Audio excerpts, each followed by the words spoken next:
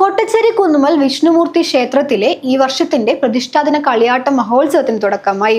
വിളക്കുപൂജ ഭക്തിയുടെ നിറവിൽ നടന്നു.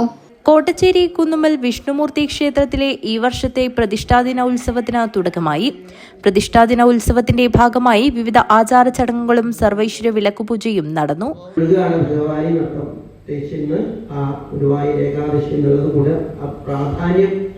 ദിവസത്തിന് പ്രാധാന്യമുള്ളത് നമുക്ക് പൂജയ്ക്ക് പ്രത്യേകിച്ച് ശ്രദ്ധ കിട്ടാൻ എളുപ്പമായി നൃത്തം.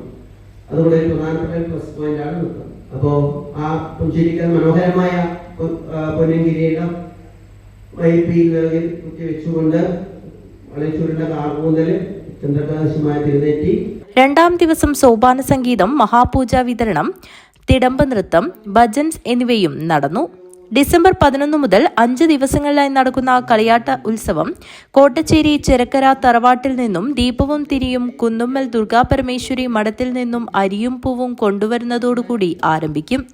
ആദ്യ ദിവസം രാത്രി കോട്ടച്ചേരി പട്ടരൈ കന്നിരാശി വയനാട്ടുകുലവൻ ദേവസ്ഥാനത്ത് നിന്നും തെയ്യം വരവ് നടക്കും. എല്ലാ ദിവസവും രാത്രി തെയ്യങ്ങളുടെ കുളിച്ചുതോറ്റവും വിവിധ കലാപരിപാടികളും ഉണ്ടാകും.